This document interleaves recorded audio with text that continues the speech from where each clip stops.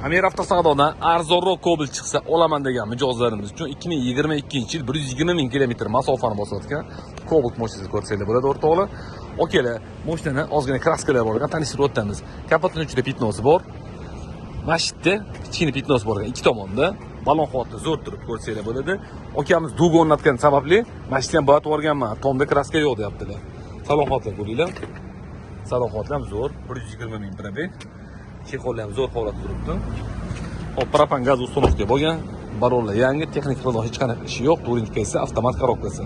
Narxini taxmin qilgan bo'lsangiz kerak. 2022 120 ming kilometr masofani bosayotgan mashina. Bu mashinani $9200 bozorda bermaganlar ekanmiz. Oldimga olib keldilar, oka narx qulay bo'lsa qo'yib beraman dedim.